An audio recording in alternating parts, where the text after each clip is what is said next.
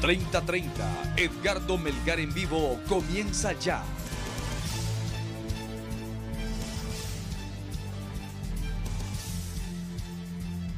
Saludos amigos de 3030, qué bueno que están con nosotros. Gracias por su amable y gentil sintonía. Esta noche el programa se origina en San Pedro Sula, particularmente o específicamente en la Cámara de Comercio e Industria de Cortés, que nos ha recibido de muy buen agrado y lo agradecemos, por supuesto, tanto en privado como ahora públicamente. Y tenemos como invitados a 3 distinguidos miembros de la Cámara de Comercio, directivos de la Cámara de Comercio e Industria de Cortés, para hablar con ellos sobre los temas de palpitante actualidad, no solo que interesan a los empresarios, que interesan al gobierno y, por supuesto, más importante aún, a la población en general. Tengo el gusto de compartir esta noche el programa con nuestros 3 distinguidos invitados. Don Kamal Dieck es director de la Cámara de Comercio e Industria de Cortés. Don Kamal, buenas noches, gracias por acompañarnos. Buenas noches, Edgardo, es un placer poderlos acompañar en 3030. Gracias. También nos acompaña don Pedro Barquero, es el director ejecutivo de la Cámara de Comercio e Industria de Cortés. Gracias por estar aquí, don Pedro. Gracias, Edgardo, buenas noches al pueblo hondureño. Te agradezco la oportunidad de estar nuevamente en este programa tan gustado por la población. Don Guillermo Catán es director de la Cámara de Comercio e Industria de Cortés. Don Guillermo, bienvenido a 3030. Buenas noches, Edgardo, es un placer estar aquí con ustedes esta noche. Gracias por recibir el programa 3030 aquí en la Cámara de Comercio e Industria de Cortés, de donde estamos originando este programa. El tema del momento es el tema de la energía eléctrica, el tema de lo que está pasando con la ENE y esta empresa de energía Honduras. Don Pedro, la Cámara de Comercio, esta semana que concluyó, definió una posición sobre el tema. Yo quisiera que usted la compartiera con nuestros amables televidentes, por favor. Claro, hay varios temas importantes. Número uno, estamos nosotros totalmente inconformes con la forma en que se ha estado tratando al pueblo hondureño y al empresariado nacional en el sentido de los cortes eléctricos, tanto los programados como los no programados. Eso ha causado interrupciones en el proceso productivo de muchas empresas y las más golpeadas son las MIPYMES, que son las que no tienen la oportunidad de poder comprar un generador y abastecerse de su propia energía. En ese sentido, nosotros hicimos un cálculo que pueden estar perdiendo alrededor de 65 millones de lempiras diarios a nivel de país a raíz de estos cortes programados y no programados. Y es importante que veamos ahí 2 aspectos adicionales. Número uno, el aspecto que es urgente que se reduzcan las pérdidas técnicas y no técnicas para poder entonces tener una tarifa más baja. ¿Qué es lo que nosotros hemos estado viendo en estos últimos días? Nos han traído las facturas nuestros afiliados, en donde vemos que en algunos de ellos de marzo a abril y otros de abril a mayo se les ha aumentado hasta en un 50% el cobro de la energía eléctrica sin ninguna justificación. Y número 2 también, nosotros como empresariado nacional queremos saber cuánto se le va a pagar a la empresa EEH por el contrato del servicio de la distribución. Inicialmente se había hablado que se iban a pagar 14 millones y medio de dólares mensuales. Después se les bajó a 10 millones y medio de dólares mensuales por un lapsus de 3-4 meses mientras se hacía el estudio, pero a estas alturas todavía no sabemos cuánto se va a pagar. Y más importante que eso, si el valor que se va a pagar es un valor justo y correcto para que los hondureños estemos pagando a esta empresa. Don Guillermo, don Kamal representa el sector agroindustrial, don Guillermo, entre otras empresas, el sector manufacturero. Ustedes como clientes, como consumidores del tema de la energía eléctrica, como abonados de la energía eléctrica, ¿qué pueden decir sobre el tema, don Guillermo? Luego, don Kamal. Igualmente, nosotros nos sentimos sumamente preocupados porque estos cortes que de alguna manera interrumpen todo el proceso de manufactura, crea también efectos colaterales posteriores. Si usted tiene programado un embarque de un producto para el extranjero y por los cortes que interrumpen el proceso laborioso, termina usted no entregando a tiempo, usted es sujeto a una multa, una sanción que en un momento dado usted puede paralizar su empresa porque esos contratos pueden no ser renovados. Entonces, nosotros sí estamos con mucha preocupación porque este tema no puede seguir en la forma como está, se le tiene que poner un coto a esto a la mayor brevedad posible, porque si queremos seguir trayendo inversión a este país, tenemos que resolver el problema de la energía. Señor Kamal. Sí, así es. Ya teniendo en cuenta que tenemos una de la energía eléctrica más cara de toda la región, solo hay algo que lo hace más costoso y es no tenerla. No tener la energía eléctrica es lo que nosotros como industria nos afecta de la mayor manera. Tenemos la parte también de los comercios que están siendo afectados gravemente día a día con los diferentes, no solamente los cortes, pero también los picos de entrada de energía que reciben todo el equipo, causa también daños bastante significativos. Ahora, don Kamal, don Pedro, don Guillermo, ¿por qué está pasando esto con la Empresa Nacional de Energía Eléctrica y con esta empresa Energía Honduras? ¿Por qué estamos en esta situación? Bueno, ahí fue estamos pagando las consecuencias de los errores del pasado. Por muchísimos años estuvieron abandonadas las líneas de transmisión y las líneas de distribución, no se le dieron los mantenimientos adecuados y hoy en día están fallando. Y eso es lo que nos está pasando. Estamos viviendo las consecuencias de los errores del pasado. Pero hay dos cosas importantes. Número uno, tenemos que hacer también cumplir la ley. Ya nosotros en la ley del sistema eléctrico ya se permite que se pueda vender y comprar energía libremente, pero eso no se ha llevado a la realidad, al día a día. Si eso pasara, nosotros pudiéramos entonces tener a generadores vendiéndonos energía a las empresas y también a las personas naturales de forma directa, sin necesidad de estar pasando por la intermediación del ENE, pagando un peaje nada más por la línea de transmisión y la línea de distribución. Eso nos vendría entonces a traer como consecuencia un mejor servicio que recibiríamos en nuestras casas y una mejor tarifa, porque usted pudiera tener un menú. La empresa generadora A me va a cobrar tanto, la B tanto, la C tanto, van a competir en base a precios y los consumidores entonces en base a la certeza de la entrega del fluido eléctrico y en base al precio vamos a poder elegir en una gama de opciones. En este momento no lo tenemos, a pesar de que la ley lo permite. En este momento estamos obligados a contratar únicamente con la estatal. Sí, ese es un tema fundamental que menciona Pedro, ya que muchos inversionistas en el ramo de energía invirtieron en procesos de generación para autoconsumo, precisamente para evitar los famosos apagones o la no continuidad de la energía en los procesos de manufactura. Y hoy en día, a pesar de que la ley le permite, está engavetado el aprobarle a usted el que pueda autoconsumir su propia energía. Eso es absurdo, o sea que usted tiene que vender la energía que usted produce, se la tiene que vender al Estado para que el Estado se la revenda más cara y con una interrupción que solo ellos saben cómo la manejan. Entonces, para mí es imperativo que si la ley ya existe, que liberen a la mayor brevedad posible o generen el reglamento por el cual la ley los obliga a poder hacer autoconsumo en todos aquellos generadores que pueden venderle al sector privado. Pareciera que mucho de esto tiene que ver con la falta de toma de decisiones. Es correcto, es la falta de proactividad. O sea, si ya la ley lo permite y lo que hace falta es un reglamento, entonces tenemos que hacer el reglamento lo más rápido posible. Al final de cuentas estamos atrasando al país entero, no solo a la empresa privada, sino que también al pueblo en general. Es incómodo para las personas llegar a su vivienda, tratar de hacer la cena en la noche y no tener fluido eléctrico. No solo esto, el otro día platicando aquí en San Pedro Sula con algunos habitantes, no solo de San Pedro Sula, sino que de Villanueva, del Progreso, hay comunidades que en Santa Bárbara también nos reportan 24 o más horas sin energía eléctrica. Y esto es una situación que se multiplica en distintas ciudades del país, casi a nivel nacional. Esto es insostenible. Tiene que ponérsele un coto ya, porque de otra manera el país está entrando más bien en un deterioro en el tema de energía. Y nosotros pues estamos alarmados porque se supone que el haber hecho un contrato con esta nueva empresa era para resolver los problemas y pareciera que vamos en retroceso. ¿Hay dinero para resolver los problemas que tienen que resolver? Por ejemplo, la reparación de algunas subestaciones que están en problemas. Bueno, en la parte de distribución, precisamente esta empresa, ese es su trabajo. Y el contrato que firmó es para hacer las inversiones necesarias para corregir todos los problemas de distribución y entregar un buen servicio. En la parte de transmisión, esa parte todavía no se ha asignado, todavía no hay una empresa responsable de eso, eso está pendiente y también tenemos que acelerar el paso. Ahora, disponibilidad de dinero en el sistema financiero sí hay para otorgar préstamos a las empresas que se hagan carga de estos temas o inclusive al gobierno, si a un caso ese fuera el caso. La otra cuestión es que, hablando de dinero, la ENE tiene un déficit. El año pasado fueron alrededor de 7.000 millones de lempiras los que perdió la estatal y eso representa casi la mitad del déficit fiscal del país, de todo el Estado. Entonces es un tema urgente que hay que resolver porque solo la ENE representa un porcentaje demasiado grande de todo el déficit fiscal del país. Y aparte del déficit fiscal, tenemos la situación de que esta es una traba para poder atraer inversión local, inversión extranjera. Si una persona viene a tratar de instalar operaciones en el país y mira que hay muchos apagones y mira que la tarifa eléctrica no es competitiva, pues realmente las personas tal vez no consideren venir a invertir en nuestro país. Y lo que más necesitamos en este momento es atraer inversión extranjera, hacer crecer la inversión local para generar fuentes de empleo, que es el problema número uno de nuestro país. ¿Ustedes creen que en el gobierno sienten el carácter de urgencia con la que hay que resolver este problema? Yo creo que sí. El presidente ya anunció esta semana que quería que se revisara específicamente este problema del ENE y es bien difícil poder ponerle el dedo a la llaga dónde está el problema. Como dice Pedro, este es un problema que acarrea muchísimos años. pero se tiene que empezar a buscar las soluciones. No podemos continuar, tal como mencionaba don Guillermo, no podemos continuar de esta manera.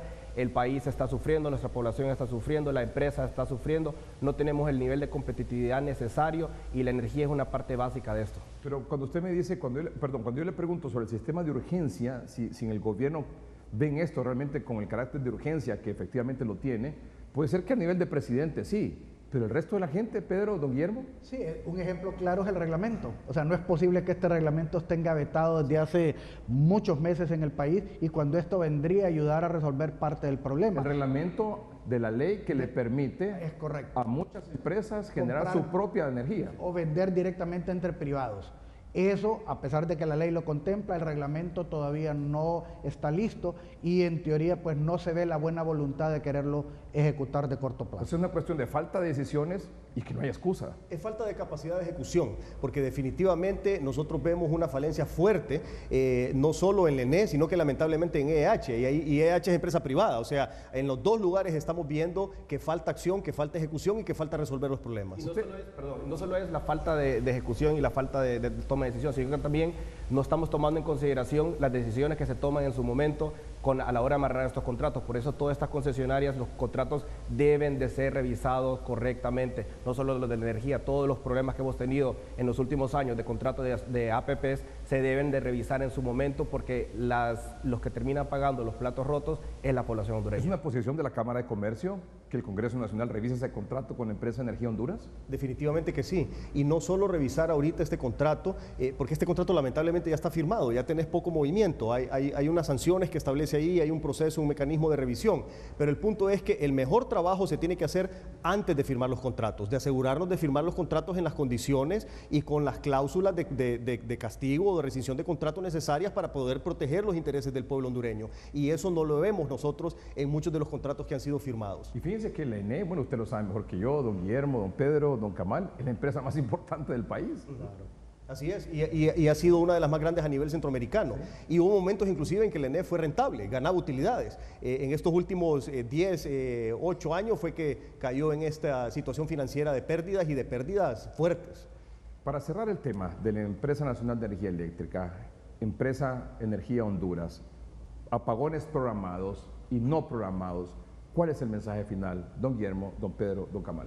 Bueno, yo creo que en principio debe de hacerse una revisión de qué es lo que está pasando y de cara a decirle a la ciudadanía en cuánto tiempo y por qué se están dando estos apagones. Ahorita no existe ninguna expresión por parte de EH de si esto va a mejorar de corto plazo o no. Es importante que definan eso. Bueno, número uno, que se cumpla la ley del sistema eléctrico, que se hagan operativos todos los reglamentos que están pendientes para que podamos tener realmente un sistema eléctrico más dinámico. Y número dos, la revisión del contrato de EH, para que podamos entonces obligarlos y forzarlos a disminuir las pérdidas técnicas y no técnicas y asegurar de que entreguen de forma oportuna el fluido eléctrico. Muy de acuerdo. Lo primero es la transparencia. Se debe de revisar que todo se esté haciendo en acorde a la ley y si no se está haciendo, tener los controles necesarios para penalizar a las compañías que están en esto, que no están apoyando. Nadie mejor que ustedes para que nos digan, después de la pausa comercial, de qué manera esto ahuyenta, limita en primer lugar la inversión nacional y ahuyenta la inversión extranjera, o no nos vuelve un país atractivo para la inversión. Y por supuesto, con el consecuente efecto de que no hay generación de empleo, que quizás es el problema más importante en Honduras en este momento, de lo cual vamos a hablar más adelante. Un corte comercial y regresamos en un par de minutos.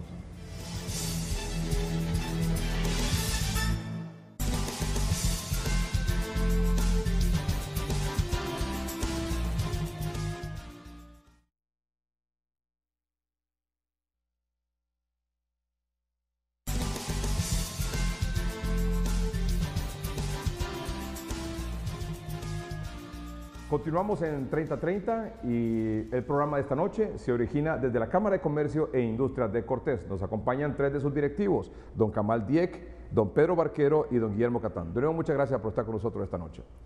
El tema que continúa es el tema sobre el clima de inversión que hemos definido aquí con don Pedro, don Guillermo y don Camal, que está íntimamente ligado con el problema de los apagones.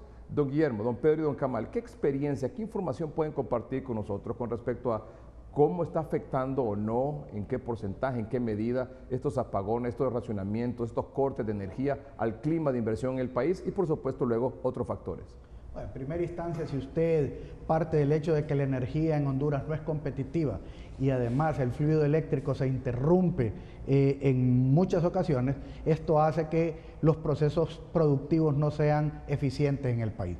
Por lo tanto, un inversionista que desea colocarse en la región, si el tema energético es fundamental en el proceso productivo, pues no será Honduras el más favorecido en este sentido para fincar esa inversión. Y es ahí donde Honduras está perdiendo la batalla y debemos de reactivarla rápidamente, porque de lo contrario, esa inversión flotante que hoy anda buscando alternativas, se pierde, porque una vez que se finca en un país no regresa.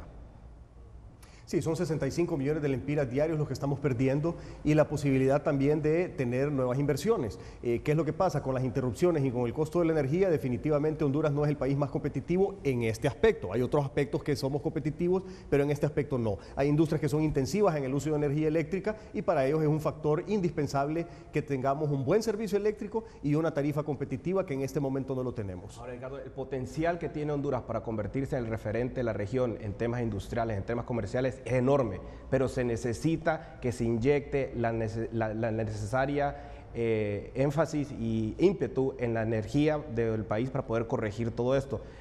Estos problemas no son de hoy, son problemas del pasado y lo venimos hablando, porque pensábamos que con la concesionaria esto se iba a arreglar.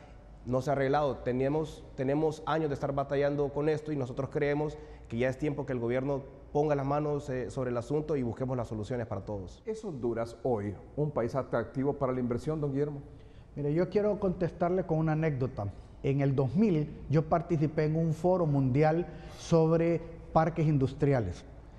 En ese foro me sorprendí porque el delegado de Costa Rica, en su exponencia, mencionaba que ellos como país estaban fijando, compararse con los indicadores económicos de Finlandia y se trazaron una ruta desde el 2000 con fecha de vencimiento el 2030, donde fueron identificando cada uno de los elementos importantes para hacer atractivo a su país y lo llevan poco a poco y lo han ido cumpliendo. Eso significa modificación de leyes, eso significa ver áreas donde no tenemos la competencia correcta y modificarla, y se fijaron ese objetivo y mire hoy en día Costa Rica lo que es en la región centroamericana. Yo creo que Honduras debe fijar una posición de decir queremos convertirnos en el país más atractivo, más competitivo para la inversión. Hay que hacer un detonante de todas las necesidades para convertirnos, pero ese es un norte que todos los gobiernos en un momento dado debieran de seguir. Nosotros creemos que es la única manera de generar empleo continuo en nuestro país. ¿Qué es lo primero que pregunta un inversionista extranjero antes de venir al país? Bueno, hay diferentes etapas en el proceso de decisión. Primero la inversión, ¿cómo sale? Cuando se generan las grandes crisis a nivel mundial, las crisis financieras como las que hemos vivido, los ejecutivos de esas grandes corporaciones levantan la mirada y empiezan a identificar regiones o países a los cuales ellos pueden mover sus procesos de manufactura, ya sea por cercanía al mercado o por costos competitivos en un país determinado, en una región determinada. Ese es el momento oportuno que los países que estén listos capturan esa inversión, porque una vez que esa inversión sale y se finca, no retrocede. Entonces, no tenemos una segunda oportunidad de atraer un inversionista que ya levantó su mirada para moverse de un país donde está. El siguiente tema que tenemos que ver es, bueno, cuáles son los elementos adicionales que generan la competitividad del país. Porque primero es a dónde me muevo. Tenemos las garantías jurídicas en el país. Tercero es qué tan competitivo es este país para fincarme. Cuáles son las seguridades físicas que un país brinda, porque hay que traer ejecutivos, hay que traer un elemento humano que necesariamente quiere vivir en paz y en tranquilidad. Entonces, cuando usted analiza esos factores, entonces Honduras debe de empezar a trabajar en pro de mejorar esos indicadores. En la medida que esos indicadores no nos favorecen, tenga plena confianza de que la inversión no va a venir, por mucho esfuerzo que hagamos. A nivel de Centroamérica, si tomamos en cuenta nada más Guatemala, El Salvador, Honduras, Nicaragua, Costa Rica, ¿cómo estamos en el ranking? ¿De atractivo o no para invertir? Bueno, voy a comenzar diciéndole a usted que la tasa impositiva del país o la carga tributaria es la más alta en la región, número 1. Número 2, tenemos costos de energía sumamente altos. Número 3, tenemos interrupción continua del aparato productivo de energía. Cuarto, los servicios portuarios no están a la altura todavía de lo que debieran de ser. Quinto, la infraestructura en carreteras deja mucho que desear en nuestro país, a pesar de que se están empezando a hacer logros. Entonces, no tenemos las condiciones, estamos en una posición de desventaja. Y vuelvo y repito, es porque no existe una estrategia permanente en el tiempo de ser número 1. ¿Está arriba de nosotros en eso que ha mencionado usted? ¿Está arriba de Honduras, Nicaragua? En algunas áreas sí. De hecho, yo he mencionado anteriormente que Nicaragua está llevándose gran parte de los procesos de manufactura que ya Honduras tenía y se están retirando para Nicaragua. Eso lo había escuchado, que había empresas aquí en Honduras que se han mudado, que se han trasladado para Nicaragua. ¿Es cierto? ¿Es una realidad eso, Guillermo? Es correcto. Usted solo vaya a ver el crecimiento que han tenido los parques industriales en los últimos años en Nicaragua y compare cómo los parques industriales en Honduras se han vaciado. Hay oferta de metros cuadrados disponibles en Honduras. Eso significa que antes estaban llenos, hoy están vacíos. ¿Eso se debe a? Bueno, a los costos de producción. Honduras ha dejado de ser atractivo. Cuando el proceso de manufactura comenzaba en este país a través de 1989-1990, cuando comenzaron las zonas libres y los parques industriales, usted tomaba una fotografía en el tiempo y Honduras era un país competitivo. Hoy en día esa fotografía dice que Honduras no es el país más competitivo. Todos los países alrededor nuestro, inclusive México, ha hecho una devaluación monetaria que en este sentido pone en igualdad de condiciones o muy cercanas las condiciones igualitarias con la región. Entonces, póngase usted en la posición de un inversionista. ¿Se va para México, que está pegado a Estados Unidos, que es el mercado que al final usted quiere agarrar, o se va para Centroamérica, donde definitivamente los costos no son atractivos y donde no existen las condiciones jurídicas para establecer de largo plazo una inversión? Entonces, no existe forma que nosotros aspiremos en este momento a tener inversión permanente y constante. No es posible. Y alguien me decía el otro día también que hay instituciones como por ejemplo donde se tienen que tramitar registros sanitarios, que hay al menos unos 10,000 registros sanitarios que no caminan, porque la burocracia por X o Y motivo, porque tienen temor a tomar una decisión, firmar y que después los metan presos o lo que sea, pero que ahí están parados y que no avanzan. En el mundo entero existen indicadores de todos esos elementos y hay un ranking mundial y Honduras está citado en los peores lugares. Entonces es sencillo, si usted como gobierno lo que quiere es entrar a mejorar esos indicadores, destine a un grupo de ejecutivos que vayan indicador por indicador para que los pongamos en los niveles competitivos que el país requiere. ¿Es un problema de la cabeza o es un problema, cree usted, de los mandos intermedios? Yo creo que es un problema de visión, un problema de estrategia. ¿A dónde quiero llegar? ¿Qué tengo que hacer? ¿Cómo lo hago?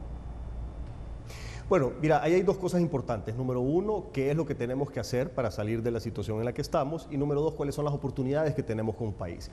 Primero, de lo que tenemos que hacer son 4 puntos fundamentales. Número uno, el respeto al Estado de Derecho.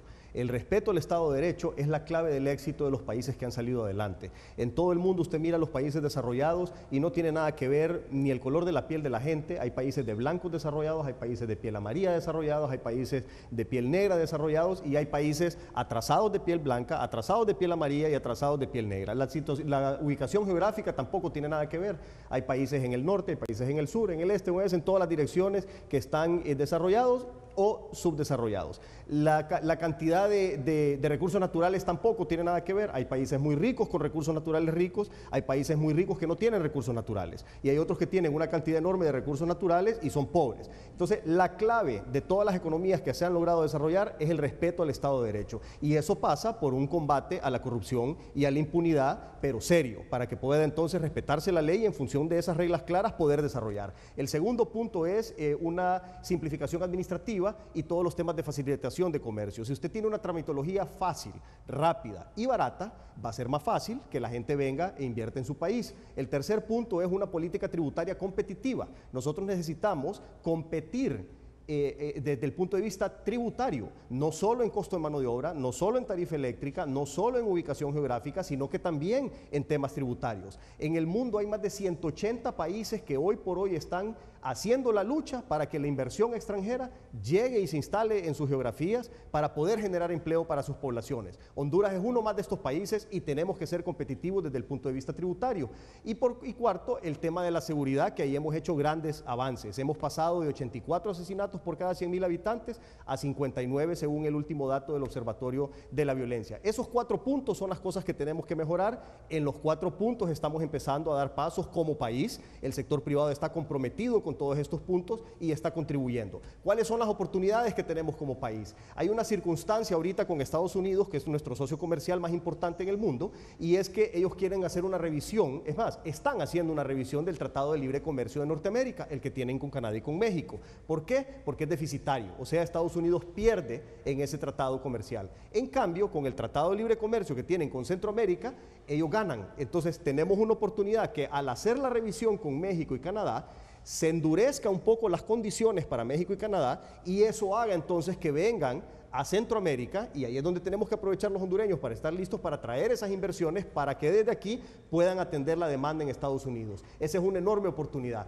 y parte de eso es lo que hemos estado trabajando el sector privado y también el gobierno de la República, el Plan Honduras 2020, que está diseñado precisamente para aprovechar 6 sectores que son 4 de ellos para exportación, para poder llevar y aprovechar estas oportunidades con Estados Unidos. Usted viene de la agroindustria, don Kamal Diek.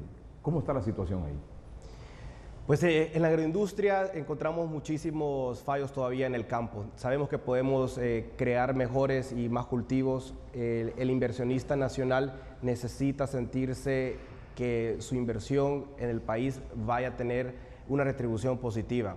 No podemos ponernos a pensar en que queremos traer al inversionista extranjero cuando ni siquiera tenemos al inversionista nacional contento con las condiciones de país. Lo que mencionaba Pedro y don Guillermo anteriormente, a mucha certeza, no podemos continuar no brindándole al inversionista nacional la importancia que tiene y que merece, porque es él el que va a reinvertir en el país. El inversionista extranjero es un proceso larguísimo. El inversionista extranjero mira números macroeconómicos y, para verlo en términos simples, busca qué es lo que está haciendo falta en el país para poderlo suplir y qué es lo que el país tiene excedentes para poderlo explotar y exportar.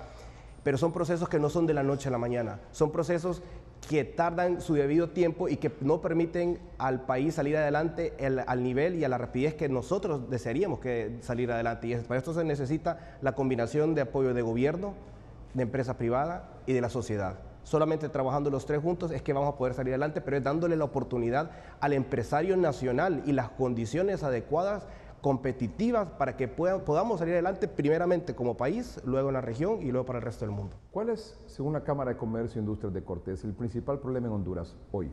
La falta de empleo, la falta de oportunidades, y es por eso que nosotros hacemos énfasis en... ¿No es la seguridad? No, es la seguridad. Hace unos años la seguridad era el problema número 1. La inseguridad. Sí, el no tener seguridad es el problema número 1. Pero debido a los esfuerzos que hemos estado haciendo, el empresariado nacional pagando 2.400 millones de lempiras anuales por concepto de tasa de seguridad, y el gobierno que ha sabido utilizar esos fondos para poder atacar adecuadamente este problema, ya no es el problema número 1 la seguridad. Ahora el problema número 1 es la falta de oportunidad de empleo. Tenemos el 63% de la población económicamente activa con algún tipo de problema de empleo. Permítame hacer un corte comercial y regresar para conversar sobre ese tema. Ya volvemos.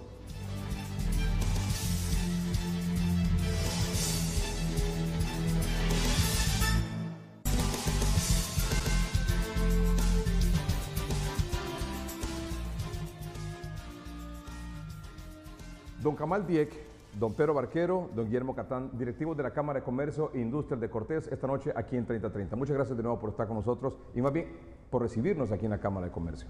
Me decía don Pedro Barquero que para la Cámara de Comercio e Industrias de Cortés, y entiendo que es algún índice que científicamente lo han probado, el tema de la inseguridad no es el principal problema de los hondureños. Sí, es correcto. Tiene razón John Kelly, entonces, secretario de Seguridad de Estados Unidos, cuando dijo esta semana, el viernes creo que lo dijo en la cumbre de la Alianza para la Prosperidad, donde participó el presidente Juan Orlando Hernández, gente de Guatemala, El Salvador y de México, que había sido milagroso la reducción significativa de la inseguridad en Honduras. Bueno, yo no diría milagroso, en realidad nos ha costado mucho como país. Los empresarios hemos puesto entre 2.000 y 2.400 millones de lempiras anuales por concepto de tasa de seguridad, adicional a lo que pagamos en impuestos normalmente, que parte de eso también se asigna al presupuesto de seguridad, para que el gobierno pueda hacer las acciones que han llevado como consecuencia esa mejoría. Entonces ha costado mucho trabajo, no ha sido fácil y todavía no hemos llegado a donde queremos llegar, Edgardo, porque 59 asesinatos por cada 100.000 habitantes todavía es alto. Pero la ventaja es que ya sabemos que las medidas que se están tomando nos van a ayudar a seguir reduciendo. En ese sentido, solo quisiera escuchar la opinión de don Kamal y don Guillermo sobre el tema de la inseguridad. Efectivamente, es real que los índices han estado mejorando y creo yo que de alguna manera tenemos que aplaudir las gestiones que se están haciendo porque van en la ruta que todos queremos. Nos va a tomar un tiempo llegar a los niveles aceptables, pero tenemos que reconocer que la labor está siendo positiva. Definitivamente, y revisando que es la primera vez en 20 años que la población hondureña no categoriza como la seguridad como el primordial problema que tiene el país. Es primera vez en 20 años. O sea que esta versión que tiene la Cámara de Comercio, o sea, no es una percepción, o sea, es una encuesta. Es una encuesta. A nivel nacional. Es correcto. Mira, nosotros manejamos... Que en efecto eso es lo que dice. Sí, en efecto. Que en los últimos 20 años el problema número uno para los hondureños era la inseguridad. Había sido la seguridad, la falta de seguridad. Hoy es un problema económico. Hoy es un problema de trabajo. Ahora el problema número uno es la falta de empleo. Esa es la parte donde nosotros tenemos que trabajar fuertemente porque ya en la parte de inseguridad hay una reducción, pero también en los últimos 2 años ha habido un desaceleramiento de los índices de homicidios por cada 100.000 habitantes. Entonces significa que podemos estar llegando al clímax de la curva donde se nos va a hacer más difícil y que probablemente nos acomodemos en estos puestos, que es totalmente inaceptable. Tener 50 y pico muertos por cada 100.000 habitantes es 7 veces más del averaje mundial. Entonces debemos de seguir continuar los esfuerzos de gobierno, empresa privada para conseguir la lucha. El esfuerzo ahora debe ser, como decía también don Guillermo, con la visión clara de que ya no solo probablemente sea con reprimir la inseguridad, sino que por este otro lado la generación de prosperidad económica. Es decir, la generación de empleo. Y hacia eso iba. Mira, precisamente ya estamos llegando al punto en que no solo con represión vas a poder seguir bajando la violencia, ya tiene que ir a la par la generación de oportunidades para poder seguir bajando la violencia. Y entonces ahí es donde se amarra todo. ¿Por qué? Antes el problema de seguridad era el problema número uno para la población en general y para el empresariado nacional. Ahora han cambiado, la seguridad ha pasado para el empresariado nacional al 5º lugar y para la población en general al 3º. ¿Cuál es el problema número uno para los empresarios ahora? La carga tributaria, pero eso lo vamos a tocar después. El problema número uno para la población en general, ahora, hoy en día, es la falta de oportunidades, la falta de trabajo. Y están íntimamente relacionados. Para poder seguir bajando los índices de violencia, tenemos que generar más empleo y de esa forma estaríamos atendiendo lo que hoy por hoy es el principal problema y ayudando a seguir controlando el problema de la seguridad que ha bajado 2, 3 escalones. Entonces, ¿cómo vamos a hacer eso? Primero tenemos que identificar qué es lo que está pasando. Tenemos al 63% de la población económicamente activa de Honduras con algún tipo de problema de empleo. ¿Cuáles son? Son 2. Número 1, los que están totalmente desocupados, que son alrededor de unos 280.000, 300.000 compatriotas, que son el 7% de la población económicamente activa, y el 56% de la población económicamente activa está subempleada. Subempleado quiere decir que no llega a ganar ni siquiera el salario mínimo. Esas son personas que tienen un trabajo en el cual no se les paga el salario mínimo, o que son profesionales o personas que ofrecen servicios independientes y que entre la suma de todo lo que venden al mes no llegan a alcanzar el salario mínimo. Entonces, a este 63% lo tenemos que atender para poderle generar oportunidades y que puedan entonces estas personas generar ingresos para tener una vida digna. Es el problema de la gente que no tiene trabajo, sí. El problema de la gente que está subempleada. Correcto. Es decir, esta persona que está subempleada es que a veces tiene trabajo y a veces no tiene trabajo. Correcto. Y el tercero es la gente que tiene trabajo pero que probablemente no gana lo suficiente. Así es. No gana bien. Así es. Ese es el problema. Es correcto. Es el principal problema en Honduras. Así es. Y para poder resolver eso, lo que se necesita es más inversión. Inversión local, que se estimule la inversión local, e inversión extranjera para poder generar las fuentes de empleo. Y eso después, esas inversiones se ven reflejadas en el crecimiento del PIB. Yo con frecuencia veo esa enorme cantidad de jóvenes que salen graduados de universidades públicas y privadas aquí en Honduras, o que vienen con alguna licenciatura del exterior o una maestría y no encuentran trabajo. Y por el otro lado, gente adulta que las perspectivas son terribles, ¿no? Sí, es lamentable y triste ver cómo personas que han pasado 4 años estudiando una carrera, al salir de las universidades, no encuentran una oportunidad de trabajo. Y por el otro lado, como usted bien lo menciona, personas que ya están llegando a cierta edad, donde si pierden el empleo no existe la posibilidad de volverlo a recuperar. Entonces, tenemos que entender que se necesita un cambio en este sentido para promover las oportunidades de trabajo. Y eso parte por una estrategia. ¿Dónde estoy? ¿A dónde quiero llegar? ¿Qué tengo que hacer? Eso es imprescindible. ¿Será que también nuestros jóvenes no están estudiando las carreras para las cuales hay oferta de empleo?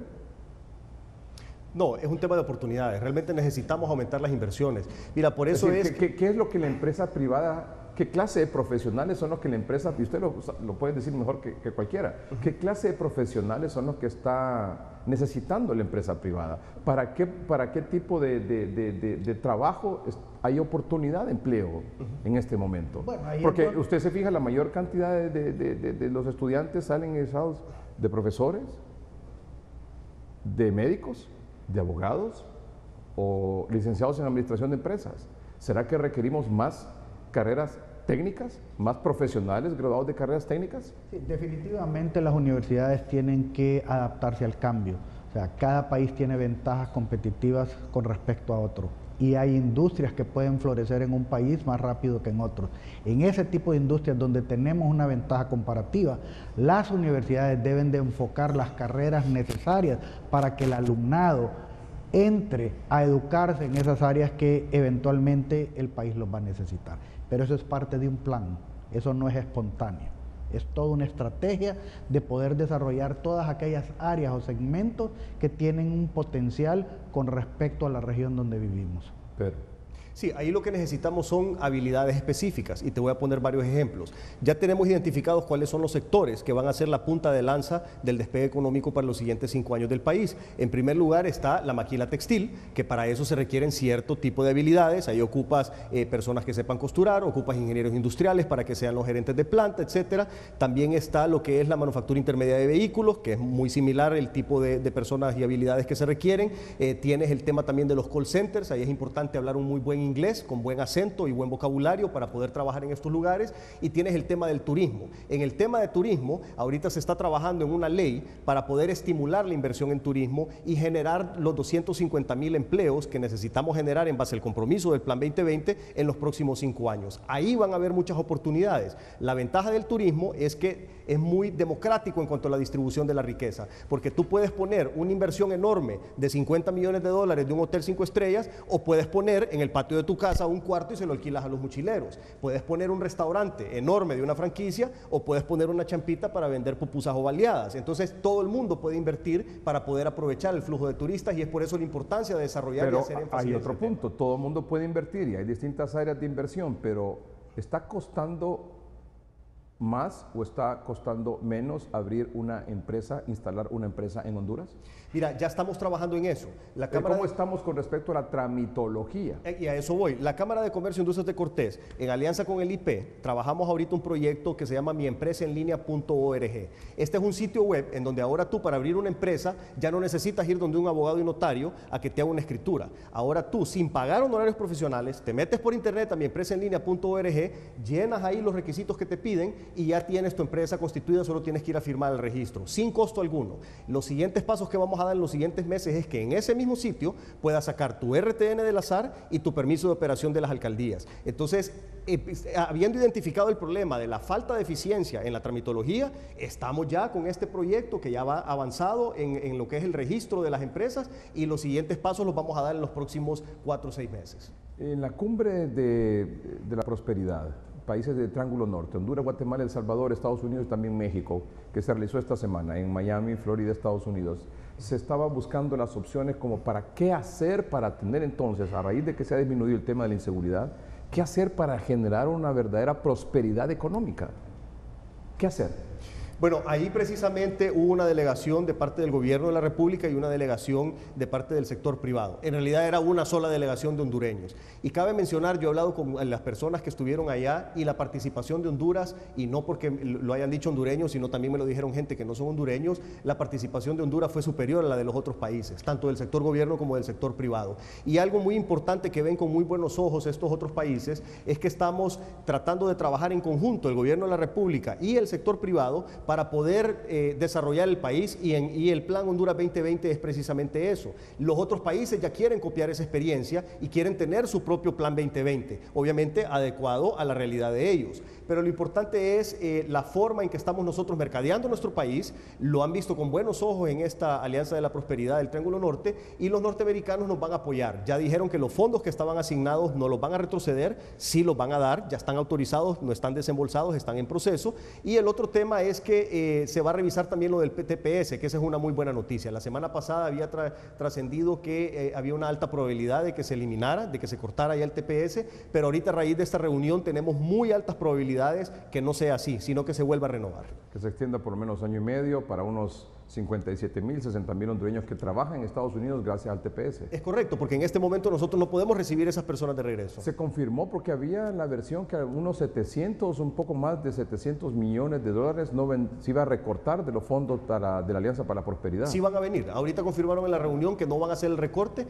y que van a continuar entonces con el trámite ya para el desembolso. Y por el contrario, se está generando un fondo de $1.000 millones dedicado para el rubro de turismo en la región del Tratado de la Alianza. La cosa ahora es saberlo aprovechar, ¿no? Es correcto. Así es. Y por eso tenemos que trabajar todos juntos, Edgardo. O sea, la empresa privada, el gobierno de la República, sociedad civil, todos tenemos que trabajar juntos como hondureños, sin importar de qué estrato vengamos, si somos empresarios, si somos empleados, si somos empleados gubernamentales, o si somos de un partido o de otro partido. Eso debería ser relevante, deberíamos de trabajar todos juntos. Aquí es donde digo que se genera la oportunidad. Hay 3 países peleando por los mismos objetivos.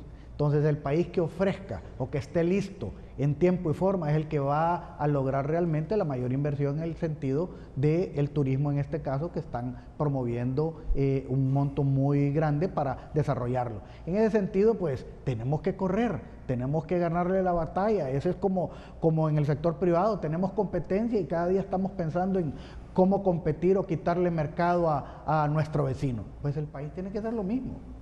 Vamos a un corte comercial y vamos a ver cuál es la opinión de ustedes sobre el tema de la reducción de los intereses de las tarjetas de crédito. ¿Le entramos a eso? Claro. Excelente. ¿O están así un poquito? Claro, claro. Ya volvemos, ya volvemos.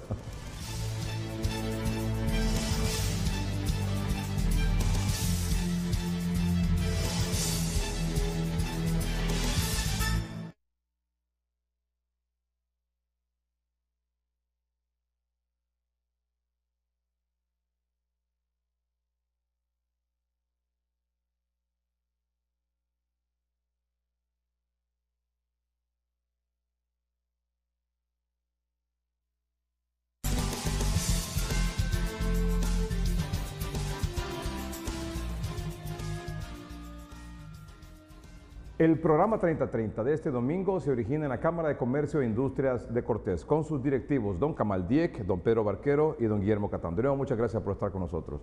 El tema de las tarjetas de crédito. El presidente de la República ha anunciado y ha dicho: no voy a descansar hasta lograr una reducción significativa en el porcentaje de interés que cobran las empresas emisoras de tarjeta de crédito. ¿Cómo estamos con ese tema? ¿Cuál es la posición de la Cámara de Comercio? Bueno, hay varias cosas. Número uno, nosotros somos fieles creyentes que realmente los mercados se tienen que regular solos y que no es conveniente tratar de regular economías o precios o tasas a través de decretos. Hemos visto muchas experiencias en muchos países alrededor del mundo de cómo han hecho quebrar y fracasar sus economías por este tipo de políticas. El ejemplo Cuba, el ejemplo Venezuela y tantos otros alrededor del mundo. Lo importante es que ya vemos ahorita que el movimiento en el mercado ha causado que ya un par de bancos tengan tarjetas de crédito con tasas entre 25 y 28%. ¿Qué es lo que tenemos que hacer entonces como pueblo hondureño? Investigar cuáles son estas tarjetas, ir a sacar esas tarjetas y dejar de usar las tarjetas que están cobrando el 60%. De esa forma, la fuerza del mercado va a obligar a que todas las tarjetas se muevan hacia ese interés debido a la demanda que van a tener estos productos. Tiene que ser la libre oferta y la libre demanda la que determine los precios de las tasas y de los productos en una economía. Y lo otro es que también nosotros consideramos que tenemos que priorizar a nivel nacional cuáles son los problemas que vamos a atender. Nosotros tenemos en el país alrededor de 1 millón de tarjetavientes. Supóngale que un 30% de estos tengan problemas de endeudamiento, hay que resolverlo y hay que ayudarles. Son 300.000 personas. En cambio, por ejemplo, el problema de la energía eléctrica le afecta a 8 millones de hondureños. Entonces tenemos que priorizar y atender los problemas en el orden de la importancia o relevancia que tengan. Pero ¿no creen ustedes también que mucho del sector de estas empresas emisoras de tarjeta de crédito se aprovechan de la necesidad de la gente, un problema económico de falta de empleo, de subempleo, de que no ganan lo suficiente, y entonces a raíz de esa necesidad es realmente ridículo la manera como fácilmente le entregan una tarjeta de crédito a una persona? Mira, ¿Me parece que se están aprovechando de la necesidad de la gente? Ha habido mucha liberalidad en la entrega de tarjetas de crédito, porque definitivamente no es posible que se le entreguen 2, 3 tarjetas de crédito con 20.000, 30.000 lempiras de límite a una persona que gana salario mínimo. Eso definitivamente que hay que revisarlo y hay que corregirlo. Pero por el otro lado también es una facilidad de crédito que de otra manera cayeras en manos de un agiotista, que te cobraría el 10% Pero semanal. podría caer también en manos de los bancos si los bancos dieran financiamiento a tasas de interés más bajas y ponerlos a competir por ese lado también. Y eso es lo que ya está pasando, Edgardo, precisamente. Ya tenemos un par de bancos que están ofreciendo tasas de interés entre 25 y 28. Lo importante es esto, que sea el mercado el que determine las tasas. Porque mucha gente ahora la tarjeta de crédito no solo la usan para ciertos temas, sino que incluso para la comida. Así es. Ese es el punto, ¿no? Así es. Porque ya no les ajusta con lo que ganan a los que están empleados. Es correcto. Los que están subempleados y los que no tienen trabajo, imagínense cómo hacen. Entonces usan la tarjeta de crédito, que cualquier empresa se la entrega con absoluta, me parece a mí, hasta irresponsabilidad de la facilidad que le dan para tener una tarjeta de crédito, 2, 3 o hasta 4. Sí, ha habido mucha liberalidad en la entrega de las tarjetas de crédito, pero también lo que tú dices, una persona que está sin trabajo y que no tiene ingresos, si no tuviera la tarjeta de crédito no podría ir al supermercado. Entonces sí es un buen instrumento que te ayuda a resolver. La otra cuestión es que te dinamiza la economía y lo otro es que te genera inclusión social económica. Las personas, por ejemplo, las MIPYMES que no tienen acceso a un financiamiento, utilizan las tarjetas de crédito para poder financiar sus operaciones. Entonces, el interés, el 60% es alto, sí es alto, pero si no tuviera la tarjeta de crédito no tuviera financiamiento o tuviera que caer en manos de un agiotista que le va a cobrar el 10% diario o semanal como pasa en los mercados de las ciudades principales del país. La cosa es generar competencia, ¿no? Es correcto, las fuerzas del mercado son las que deben de llevar a nivelar las tasas. Muy bien, vamos a hacer un corte comercial y cuando regresemos, mensaje final de parte de los directivos de la Cámara de Comercio e Industrias de Cortés sobre los temas de palpitante actualidad que hemos abordado esta noche aquí en 3030. Ya regresamos.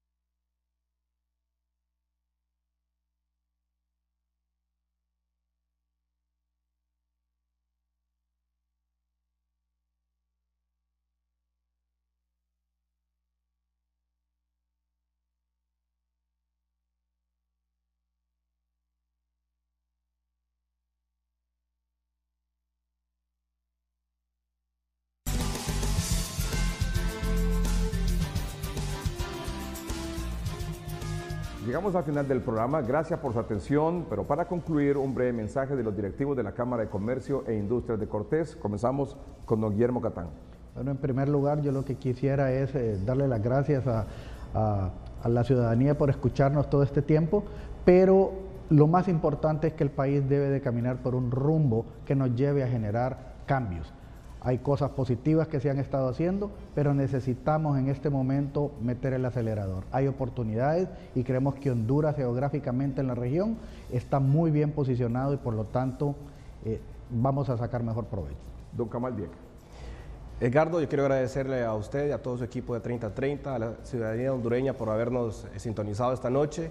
Yo pienso que tenemos, como dije al principio, un gran potencial como país. Tenemos la oportunidad de poder sacar adelante y esto solo se va a lograr remando hacia el mismo destino todas las partes involucradas, el gobierno, la empresa privada y la sociedad. Independientemente de los colores políticos o religiosos o colores de piel, debemos de todos nosotros luchar por un mejor país y eso es lo que nosotros estamos tratando como empresa privada, incentivar mayor empleo, incentivar la distribución de riquezas y buscar las mejores maneras para atraer la inversión, no solamente la extranjera, sino que la inversión nacional, tener al inversionista nacional con las mejores condiciones de competitividad para que siga creyendo en el país, le siga apostando el país y logremos crear de Honduras una historia de éxito para muchos años.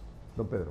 Sí, trabajemos todos juntos para generar el empleo y las oportunidades que nuestros compatriotas necesitan a través de la mejora del respeto al Estado de Derecho, la simplificación administrativa y facilitación de comercio y una revisión de la política tributaria del país. Muchas gracias. Buenas noches. Muchas gracias. Hemos tenido un excelente programa. Lástima que no nos quedó chance de hablar de la selección ni de política.